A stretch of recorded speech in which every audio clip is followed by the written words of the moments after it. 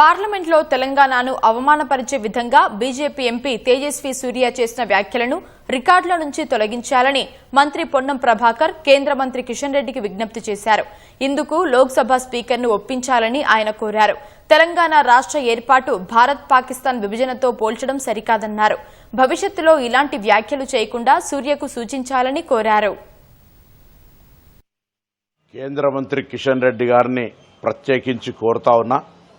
నిన్న కర్ణాటక ఎంపీ తేజస్వి గారు మాట్లాడి తెలంగాణ విభజన భారత్ పాకిస్తాన్ విభజనతో పోల్చిన సందర్భంలో అవి పార్లమెంటు రికార్డు నుంచి తొలగించాలనే డిమాండ్ను నిన్ననే గౌరవ స్పీకర్ గారిని కోరినాం.